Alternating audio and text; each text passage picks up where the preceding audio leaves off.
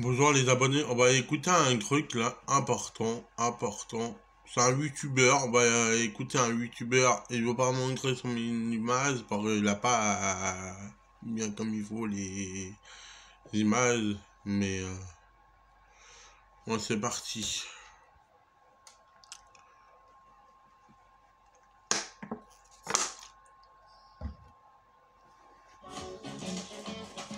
Si vous donnez à votre petit chien le même jouet qu'un grand chien, pourquoi lui donner la même nourriture? Si vous avez un chien de moins de 10 kilos, choisissez Ultima Conti. La première...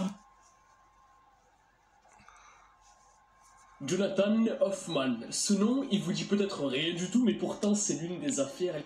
Écoutez ça, c'est important. Hein. C'est pas moi qui ai dit, c'est pas moi. Il n'est pas envie d'avoir des problèmes avec les gens comme ça, moi. Écoutez, hein. Il n'est pas envie d'avoir des problèmes avec eux, moi. les plus ouf des États-Unis. Parce qu'en fait, c'est l'un des rares cas où, du coup, on a des traces audio de ce qui s'est passé pendant la scène du crime. Qui nous montre, du coup, comment est-ce que cet ado s'est fait tuer par sa propre grand-mère. Ouais, c'est une histoire de malade. Donc j'espère que vous êtes prêts, les gars, parce qu'aujourd'hui, on est parti pour un nouvel épisode de Serial Killers.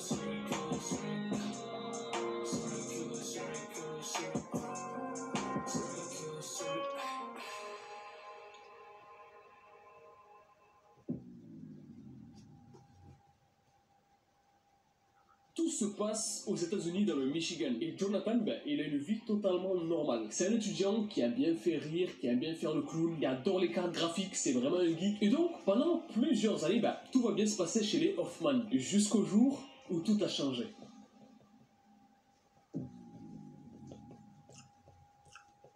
En fait, ce qui se passe, c'est qu'à un moment donné de leur vie, on dirait que les Hoffman, ils ont reçu une malédiction. Qu'il y a quelqu'un, il est parti dans un cimetière, il a fait des trucs, bref. Ce qui se passe, c'est que pendant une année, en fait, ils vont recevoir que des mauvaises nouvelles. La petite sœur de Jonathan, elle a un cancer, ses parents se séparent, et donc forcément, ils passent beaucoup moins de temps avec Jonathan qu'avec la petite sœur, puisque la petite sœur, elle a un cancer et elle demande beaucoup plus de surveillance. Et elle devient, entre guillemets, la priorité. Et c'est là, à ce moment-là de l'histoire, qu'un personnage très important de toute cette affaire va faire son apparition, la grand-mère de Jonathan, qui s'appelle Sandra. Du coup, ce qui va se passer, c'est que comme les parents de Jonathan, ils ont plus trop de temps pour lui et qu'ils se focalisent sur sa petite sœur, en fait, Jonathan va prendre toutes ses affaires et va partir vivre chez sa grand-mère. Sandra. Les parents, ils voyaient pas de problème pour qu'il aille chez sa grand-mère, donc c'était parfait. Il dit au revoir à ses parents, il dit au revoir à sa petite sœur, sauf qu'à ce moment-là, il ne sait pas qu'il ne va jamais les revoir. À ce moment-là, c'est la première fois qu'il va voir ses parents. Il a pris des balles dans le creux.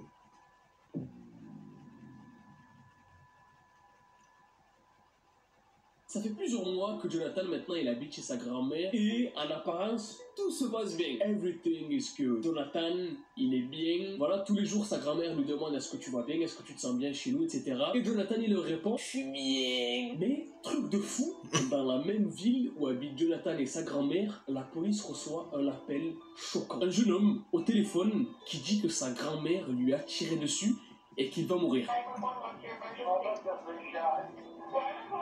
I've just been shot. Where are you at? Okay, how did you get shot? My grandma shot me. Your grandma shot you? My grandma. I went back. No.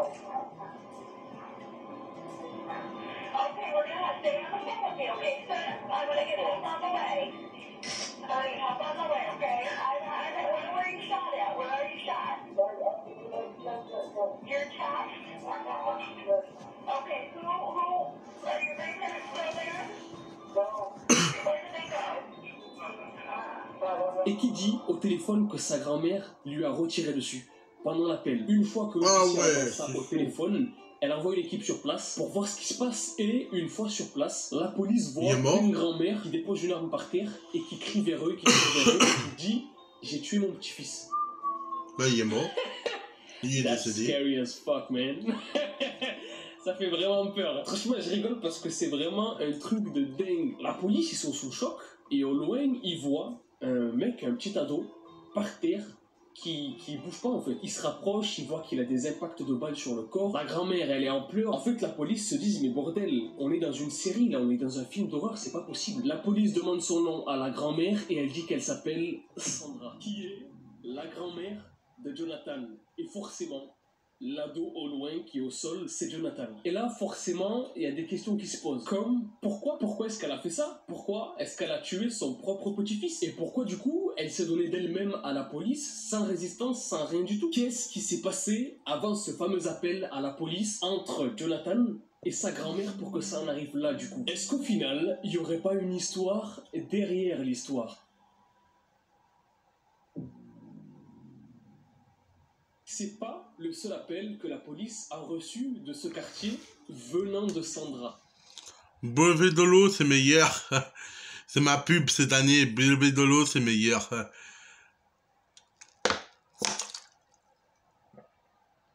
Quand même, ça fait peur, quand même.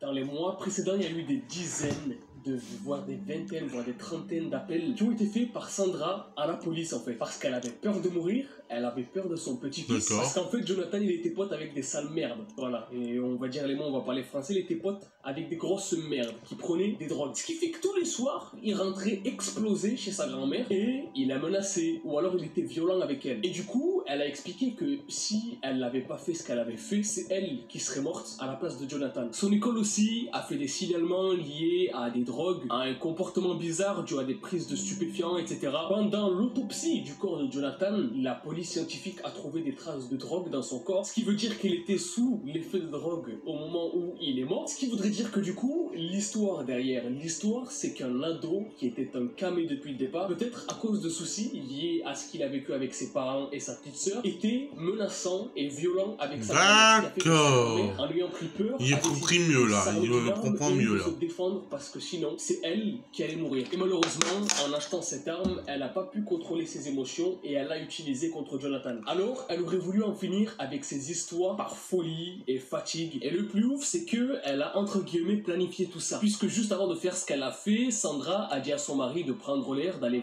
promener le chien et que ça lui ferait du bien. Et ça, forcément, ça fait une circonstance aggravante puisqu'elle a planifié le crime. Quand Jonathan était KO avec des balles dans le corps, elle a voulu le finir. Ça fait une deuxième circonstance aggravante. Quoi qu'il soit réellement arrivé, la cour a jugé Sandra coupable pour homicide volontaire et planifié. Les parents de Jonathan, ils étaient là, ils étaient tous dégoûtés d'elle par rapport à ce qu'elle a fait, le fait qu'elle ait tué Jonathan, en fait leur fils. Mais qu'est-ce qui a provoqué tout ça? Est-ce que si les parents de Jonathan avaient fait un peu plus attention à Jonathan, ça aurait pu l'éviter? Est-ce que si les parents avaient gardé Jonathan avec eux, même si la situation était compliquée, ça aurait pu l'éviter? Est-ce que si la police avait forcé la main à la grand-mère avec ses multiples appels et obligé Jonathan à être enfermé, ça aurait pu l'éviter? En tout cas, à 75 ans, Sandra passera le reste de sa vie en prison pour le meurtre de son petit-fils.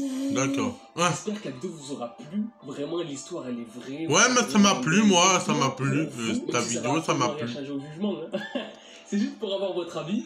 Pour vous, est-ce que c'est justifié ce que la grand-mère a fait? Et, à votre avis, c'est réellement la faute de qui, en fait? J'attends vos commentaires dans les commentaires. Ouais, je vais pas les attendre sur les culs d'un singe. Si vous avez kiffé la vidéo, n'hésitez pas à mettre un maximum de likes sur la vidéo. N'oubliez pas de vous abonner à la chaîne si vous êtes nouveau et que vous kiffez le délire de la chaîne. N'oubliez pas de commenter #serialkiller dans les commentaires. C'était tout pour l'histoire de la grand-mère qui avait tué son... Voilà, c'est la fin du vidéo. Si ça t'a plu, mets-moi un like et mets-moi un commentaire si ça t'a plu. Merci.